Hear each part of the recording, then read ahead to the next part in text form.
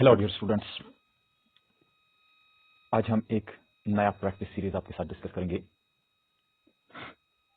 जिसमें हमारे पास जो पहला क्वेश्चन है that is a material in which electrons are tightly bound and can not be freely move at room temperature. देखिए, रूम टेम्परेचर पे आपको बताना है, यहाँ पे चार ऑप्शन हमारे पास है: conductors, super conductors, semiconductors and insulators. इन चार में आपको बताना है कि वो कौन सा मटेरियल है जिसमें हमारे पास टाइटली बाउंड इलेक्ट्रॉन्स होते हैं रूम टेम्परेचर पे, यानी वो फ्रीली मूव नहीं होते हैं। आई होप आपको क्वेश्चन समझ आया होगा और बिल्कुल इसका आंसर आप लोग सोचते होंगे कि इसका आंसर जो है that is insulator. That is insulator. तो इंसुलेटर वो मटेरियल होता है जिसमें हमारे पास इलेक्ट्रॉन्स जो होते हैं, इलेक्ट्रॉन्स आर टाइटली बाउंड। और हमारे पास जो कंडक्टर होता है उसमें हमारे पास क्या होता है, ये तो इंसुलेटर की बात होगी। अब अगर मैं आपको बताऊंगा जो हमारे पास इलेक्ट्रॉन्स होंगे आर फ्रीली मूव, वो फ्रीली मूव होते हैं, लेकिन किसमें? कंडक्टर्स में। अब हम डिस्कस करेंगे यहाँ पे सेमीकंडक्टर की। सेमीकंडक्टर क्या होता है? सेमीकंडक्टर वो मटेरियल होता है जिसकी कंडक्टिविटी इंसुलेटर और कंडक्टर के दरमियान होती है। तो आपको पता है कि जो हमारे पास कंडक्टिविटी होती है, कंडक्टिविटी डिफरेंट होती है सेमीकंडक्टर और कंडक्टर्स में।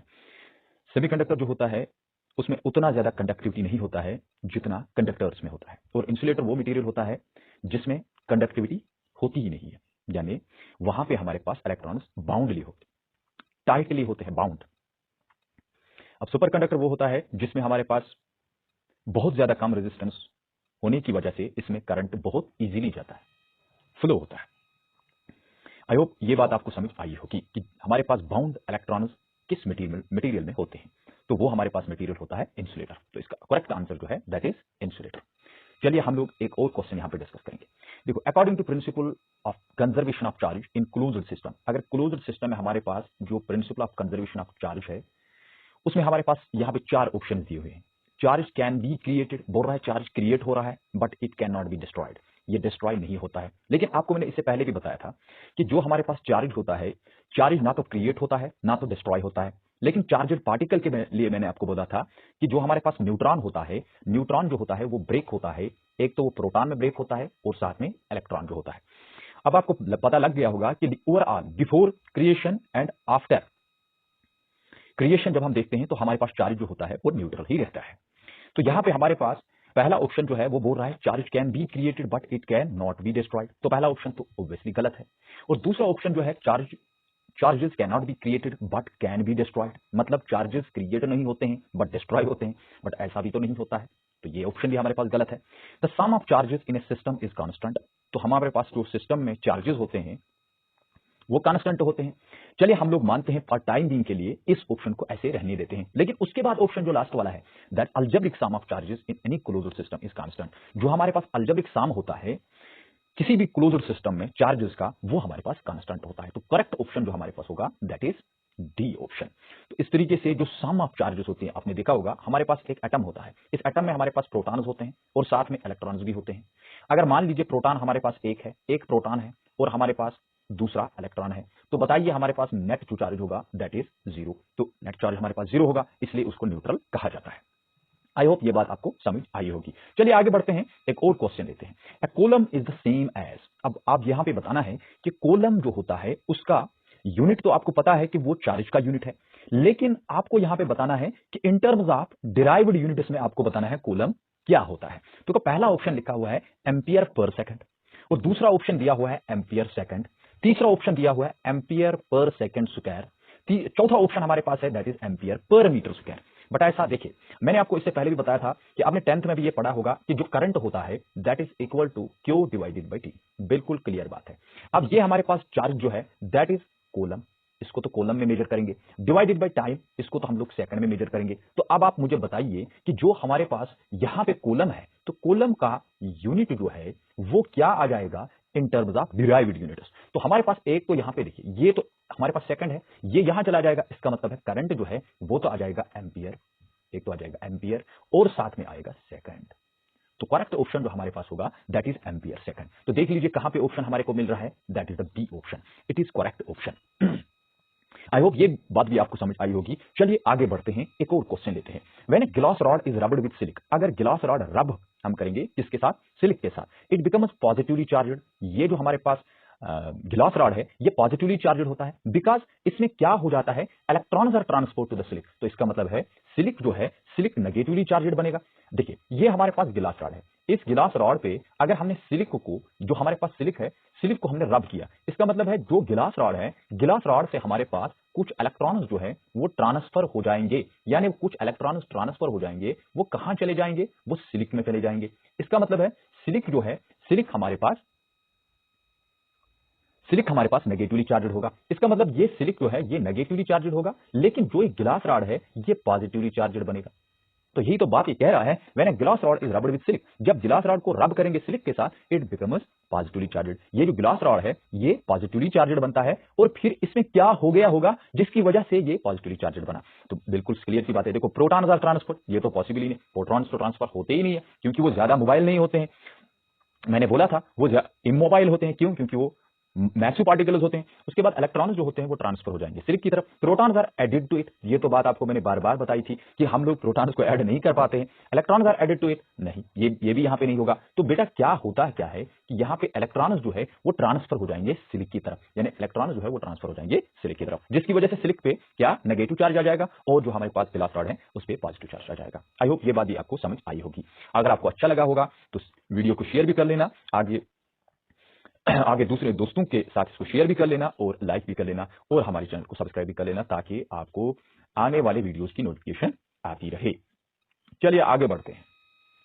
Electric charges between two bodies can be produced by. अब देखिए यहां पे इलेक्ट्रिक चार्जेस जो है वो कैसे प्रोड्यूस होते हैं। इलेक्ट्रिक चार्जेस, मैंने आपको बोला था इलेक्ट्रिक चार्जेस कैसे प्रोड्यूस होते हैं। तो देखो पहला हमारे पास है स्टिकिंग। क्या हम किसी बॉडी को दूसरे बॉडी के ऊपर स्टिक करते हैं, रखते हैं? नहीं, ऐसा तो नहीं है। अगर रखते हम लोग, तो मतलब एक बॉडी जो है उसके ऊपर दूसरी बॉडी रखेंगे, उसके जरिए चार्ज डेवलप होता, तब तो कोई बात ही नहीं थी, फ्रिक्शन की तो कोई बात ही नहीं है। बट यहां पे हमारे पास दूसरा पॉइंट है, that is rubbing. Rubbing is very important. जब तक आप रबिंग नहीं करोगे, देखो समझो बात को, मैं पॉइंट कुछ बताऊंगा यहां पे। पॉइंट नंबर 1 है कि जब भी हमारे पास चार्ज डेवलप करना होता है, तो पहला पॉइंट होता है वी नीड टू बॉडीज। हमारे पास कितनी जरूरत होती है? वी नीड टू बॉडीज, हमारे को 2 बॉडी जरूरत होती है। दूसरा पॉइंट होता है कि उनका कंटैक्ट भी होना जरूरी है, यानी वी नीड कंटैक्ट भी होना चाहिए। और तीसरा पॉइंट जो है, उसके बाद वो हमारे पास रब भी करनी चाहिए। इसका मतलब है मैकेनिकल वर्क होनी चाहिए, यानी रबिंग भी होना चाहिए। अगर रबिंग होगा, उसके बाद चौथा पॉइंट जो होता है ट्रांसफर ऑफ इलेक्ट्रॉन होना चाहिए, तो ये 4 पॉइंट्स जो है दीज आर वेरी इंपॉर्टेंट। मैंने आपको ये इससे पहले भी बताया था कि जो हमारे पास बेसिक थ्योरी है, जो चार्ज हमारे पास किसी भी बॉडी में डेवलप होता है, तो ये कुछ चीजें जो है दीज आर वेरी इंपॉर्टेंट। जब हम रबिंग की बात करेंगे, जब हमारे पास फ्रिक्शनल इलेक्ट्रिसिटी बनानी होगी, जहां पे हमारे पास इंडक्शन होता है, तो इंडक्शन में हमारे पास कोई कंटैक्ट की जरूरत नहीं होती है। आई होप ये बात आपको समझ आई होगी। चलिए आगे बढ़ते हैं। Which of the following method can be used to charge a metal sphere, यानी इन 4 ऑप्शंस में कौन सा मेथड हम लोग यूज करेंगे जिसके जरिए हमारे पास मेटल स्फीयर चार्ज हो जाएगा, लेकिन वो पॉजिटिवली चार्जड होगा विदाउट टचिंग इट। टच नहीं करेंगे। अभी मैंने आपको बोला कि टच जो है तब हमारे पास फ्रिक्शन करना पड़ेगा, लेकिन अगर टच नहीं करेंगे तब वो कौन सा मेथड यहां पे होगा? Choose the best possible option. Connect the positive terminal of battery and float the other end of the battery, यानी पॉजिटिव टर्मिनल जो होगा बैटरी का, उसको हम कनेक्ट करेंगे और दूसरे को ऐसे ही रखने देते हैं। Rub it with a piece of fire, क्या हम रब करेंगे पीस ऑफ फायर के साथ? तो देखते हैं क्या ये ऑप्शन हमारे पास होगा। Being a negatively charged rod near the sphere and touch it to the ground for a short while, rub it with a piece of silk. No, हम आपको बता रहे हैं कि जो हमारे पास सी ऑप्शन है that is the best option. देखो क्यों, अब आपको पता है ब्रिंग नेगेटिवली चार्जड रॉड। अगर हम नेगेटिवली चार्जड रॉड को, सपोज हमारे पास ये स्फीयर है, इसके सामने नेगेटिवली चार्जड रॉड हम लाएंगे। अगर हमने चार्जड रॉड लाया, नेगेटिवली चार्जड है, ये हमारे पास नेगेटिवली चार्जड है, तो ये सारे इस स्फीयर के पॉजिटिव चार्जेस को एक सरफेस पे एक्यूमुलेट करेगा और नेगेटिव चार्जेस को धकेल देगा दूसरी तरफ। इसी को तो बोलते हैं that is known as induction. इसको बोलते हैं इंडक्शन। कोई कंटैक्ट यहां नहीं होता है, तो हमारा बेस्ट ऑप्शन क्या है? That is C option. I hope ये बात भी आपको समझ आई होगी। चलिए आगे बढ़ते हैं। If an object is positively charged, चलिए मानते हैं एक ऑब्जेक्ट जो है वो पॉजिटिवली चार्जड है। थ्योरेटिकली मैं मान रहा हूं कि थ्योरेटिकली वो पॉजिटिवली चार्जड है। The mass of the object is, अब आपको बताना है जो मास ऑफ द ऑब्जेक्ट होगा वो क्या होगा। देखो समझो बात को, अगर हमारे पास एक ऑब्जेक्ट है, यहां पे हमारे पास ट्रांसफर हो गए होंगे इलेक्ट्रॉन्स, अगर इलेक्ट्रॉन्स ट्रांसफर हो जाएंगे तभी तो ये पॉसिबल है कि ये पॉजिटिवली चार्जड बनेगा, ये तो पॉजिटिवली चार्जड बनेगा। इसका मतलब है अब आपको बताना है, क्या थ्योरेटिकली मैं बात कर रहा हूं कि ये जो हमारे पास बॉडी है, इस बॉडी का मास जो होगा क्या वो कम होगा या ज्यादा होगा। इसका मास डेफिनेटली कम होगा, यानी यहां पे मास जो है वो कम होगा। क्या होगा बेटा, यानी यहां पे मास हमारे पास कम होगा। तो देखिए यहां पे मास हमारे पास कम होगा, तो हमारे पास कौन सा ऑप्शन हमारे पास होगा, दैट इज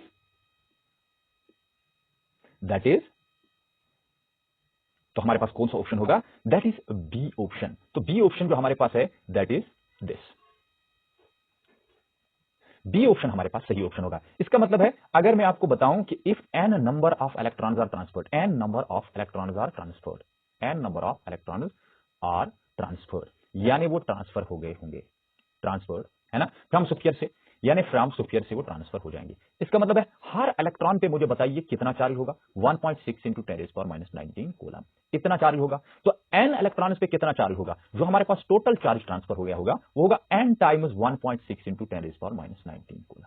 ये बात आपको याद रखनी है, इतना चार्ज जो होगा वो ट्रांसफर हो गया होगा। तो इसका मतलब है decrease slightly by factor of n times 9.11 into 10 raised power -31 kg, ये तो चार्ज ट्रांसफर हो गया होगा। लेकिन अगर मास की बात होगी तो मास हमारे पास कितना ट्रांसफर हो गया होगा, n इंटू हमारे पास मास कितना है 9.11 इंटू 10⁻31 kg, इतना मास जो होगा वो ट्रांसफर हो गया होगा। कहां से, फ्रॉम स्फीयर से। क्योंकि अगर चार्ज की बात होगी तो चार्ज हमारा इतना ट्रांसफर हो गया होगा, लेकिन जो मास होगा वो हमारे पास इतना ट्रांसफर हो गया होगा, इतना मास जो है वो ट्रांसफर हो गया होगा। इसका मतलब है डिक्रीज हो जाएगा मास, स्लाइटली डिक्रीज हो जाएगा by a factor of that is n times 9.11 into 10⁻31 kg।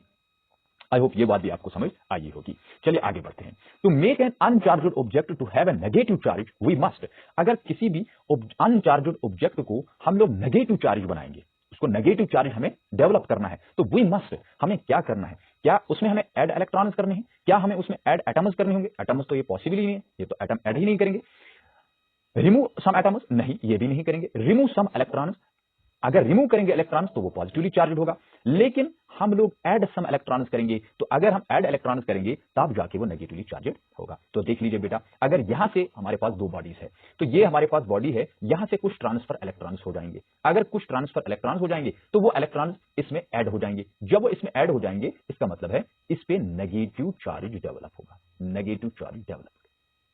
लेकिन इस बॉडी पे क्या होगा, पॉजिटिव चार्ज डेवलप, इस पे पॉजिटिव चार्ज डेवलप होगा। बात समझ आ रही है, बिल्कुल इजी है ये कंसेप्ट। आई होप ये बात भी आपको समझ आई होगी। चलिए आगे बढ़ते हैं। When a negatively charged conductor is connected to earth, अगर नेगेटिवली चार्ज्ड कंडक्टर होगा, सपोज हमारे पास नेगेटिवली चार्ज्ड कंडक्टर है, नेगेटिवली चार्ज्ड है और इसको हमने कनेक्ट कर दिया किसके साथ, अर्थ के साथ। अब ये नेगेटिवली चार्ज्ड कंडक्टर है, तो मुझे बताइए कि यहां पे क्या होगा। ऑप्शन नंबर 1 कह रहा है नो चार्ज फ्लो ऑकर्स, कोई चार्ज फ्लो नहीं होगा, ये तो एब्सोल्युटली गलत है। अब उसके बाद protons flow from the conductor to the earth, ये तो नहीं होता है, क्योंकि सबसे अहम चीज जो है दैट इज इलेक्ट्रॉन, वही तो फ्लो हो रहा है। Electron flow from the earth to the conductor, यानी अर्थ से ही इलेक्ट्रॉन ट्रांसफर हो जाएंगे कंडक्टर की तरफ, ये बात भी पॉसिबल नहीं है। Electrons flow from the conductor to the earth, यानी इलेक्ट्रॉन्स जो होंगे वो ट्रांसफर हो जाएंगे कहां से, कंडक्टर से अर्थ की तरफ। तो यहां से हमारे पास ऑप्शन नंबर डी जो है that is the correct option. I hope ये बात भी आपको समझ आई होगी। चलिए आगे बढ़ते हैं।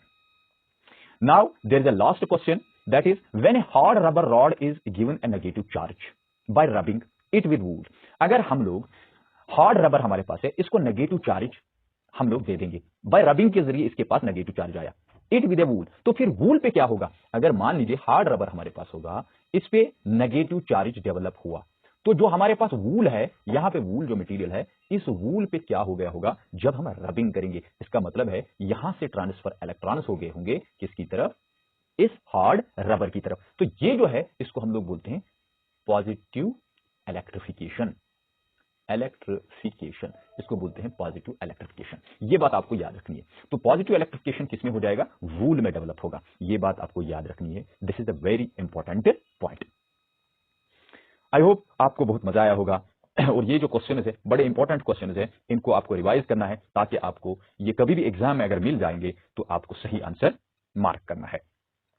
आज के लिए इतना ही। कल हम फिर से एक वीडियो आपके सामने लाएंगे जिसमें अलग टॉपिक होगा, अलग एक तरीके से हम लोग डिस्कस करेंगे। तब तक के लिए अल्लाह हाफिज। Thank you to all of you.